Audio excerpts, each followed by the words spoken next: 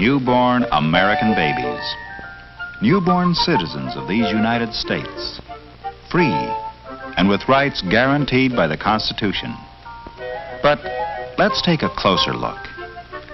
These new arrivals in a typical American town have equal legal rights. In class, they are not equal at all. Each has a social status handed on to him by his family, ascribed to him at birth. Meet Guilford Ames III, the latest addition to one of the town's upper-class families. Guilford Ames II is the wealthiest man in town. He owns a large factory. The Ames is one of the oldest families in the community, and so it represents prestige as well as wealth. This is where an Ames family has lived for the last 100 years, and this is where Guilford Ames III will live. Like most of the babies here, this one, Theodore Eastwood by name, has an ascribed status of middle class. His father is Joseph Eastwood, high school educated and a white-collar worker in the Ames factory. He has a steady, skillful job and is comfortably off, but the chances are that he will not advance much beyond his present status. The mortgage on his house is on its way to being paid, and someday it undoubtedly will be. Although young Ted Eastwood has an ascribed status of middle class, the best status he achieves during his lifetime may be higher than the one he was born with. It could be true to maybe David Benton, whose ascribed status is lower class. David's father is Michael Benton, an unskilled factory worker who has a meager education. Mr. Benton rents the upper floor of a two-family house in a run-down section of town. The ability to rise from an ascribed status to an achieved one is called vertical mobility and is particularly characteristic of the United States. There are class lines within each general group, and these vary geographically and in relation to nationality, religion, and race. Class exists in the United States as it does everywhere, and it plays a vital part in the life of every community. Let us follow the lives of these three babies and see how class affects them.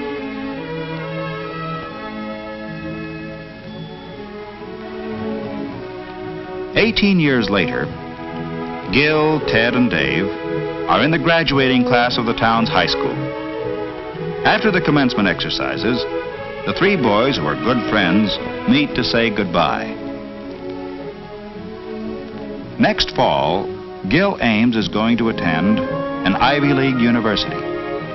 Ted, who took a commercial course in high school, plans to get a white-collar job like his father's.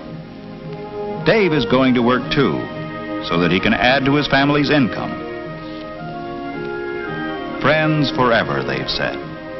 Well, maybe in a way, but these boys come from families of different classes, and the lines of social class are real here in America, as they are everywhere, in Europe, in Asia, and even in the Soviet Union.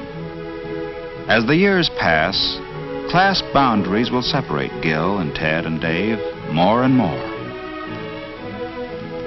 The boundaries between Ted's middle-class parents and Dave's lower-class parents are as important as those that lie between the upper and the middle classes. Even the simple event of graduation from high school has a different significance for the boys and their families. For Gil, it is only a milestone in his formal education. Later that night, Mr. Ames has a serious talk with his son. Mr. Ames tells Gil that he sent him to public high school so that he could gain a democratic background. But now he's about to enter an environment more in keeping with his social position. At college, he will meet men of his own kind. Gil understands, because already he has developed an awareness of his class, its patterns, and its rules.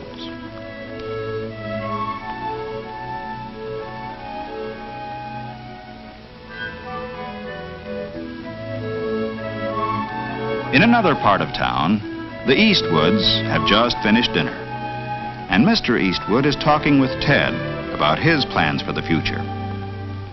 Ted's record in high school was generally good, but there was one subject in which he excelled: drawing. Ted would like to do something professionally in the art field, but his father discourages him. In the light of Mr. Eastwood's own experience, security lies in business and white-collar work. Ted sees his father's point of view and agrees that the commercial courses he took in high school have prepared him for office work, and so that's the kind of job he'll look for.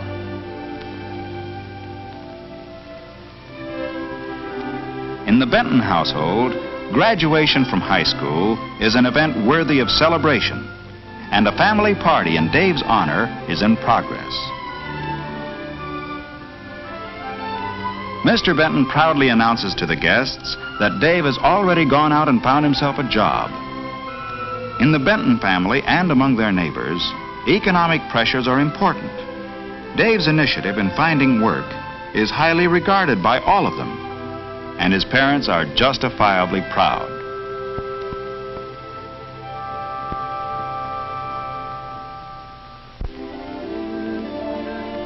Four years later, Dave, 22 now, has a job at a local gas station. Although he's still only a gas station attendant, he's studying to be an automobile mechanic. The driver of the car is his old friend of high school days, Gil Ames. Gil has graduated from college now and is on his way to start work in his father's factory. Dave is going to be married just as soon as his job of auto mechanic comes through.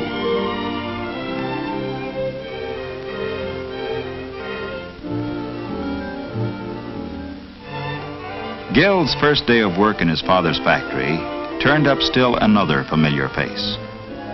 Ted Eastwood has a job in the bookkeeping department. Mr. Ames is taking his son on a tour of all the departments of the factory. Someday, Gil will take over the business, and today, he's beginning to learn about it.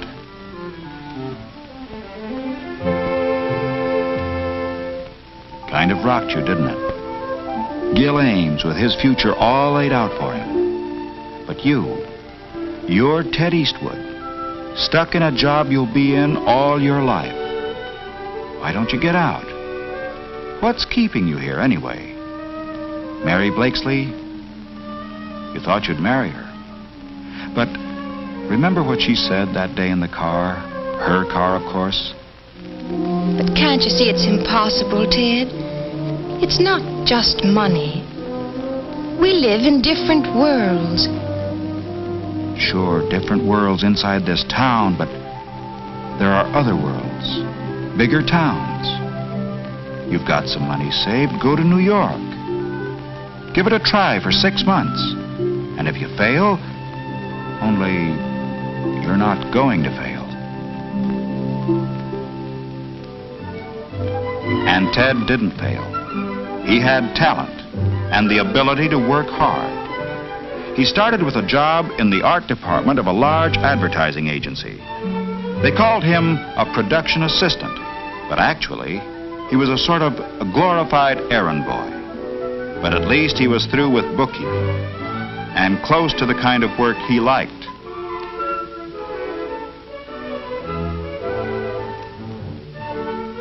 At night, he took courses in commercial art and advertising and spent a good deal of his free time working and studying at home. In the years that followed, Ted gained a thorough technical knowledge of his field.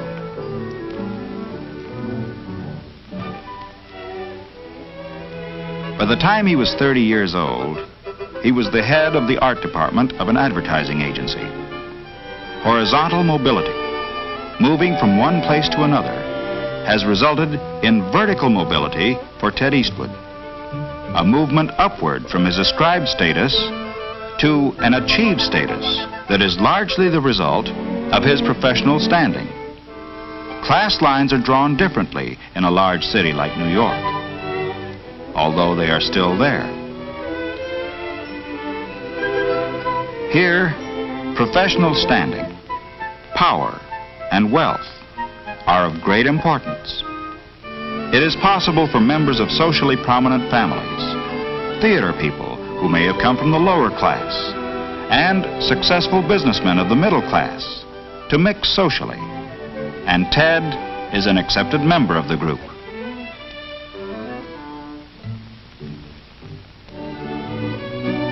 But when Ted returns to his hometown on a vacation, how does he fare? Has he a new achieved status back there too?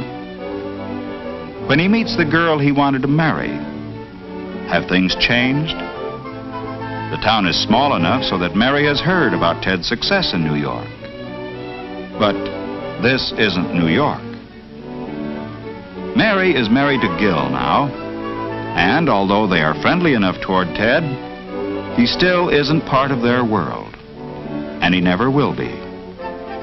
In this town, the ascribed status of his parents is still the class to which he belongs.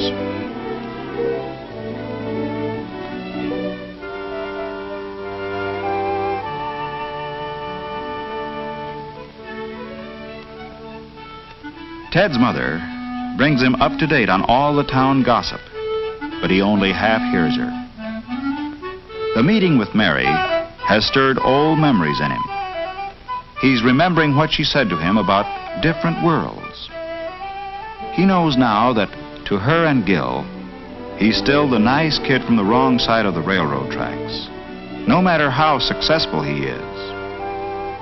His achieved status is higher than that of his father's because he has a profession, but that status depends on a place. In this case, New York. Dave Benton, on the other hand, has changed his status hardly at all. He's now a skilled auto mechanic. And although his achieved status is not much better than the one ascribed to him by his family, financially, he will be able to provide better for his wife and children. His third child, a son, was born in the local hospital just yesterday. This new Benton baby has the ascribed status given him by his family. He may, as he grows up, reach a higher achieved status as Ted Eastwood did. Or he may, as his own father did, stay in the class to which he was born. His vertical mobility will depend greatly upon him, his character, his talents, and abilities. It will possibly depend, too, upon geographical mobility, because the criteria for class boundaries vary from place to place. And so it will be for all these babies, all citizens, all equal before the law, but not the same by standards of class.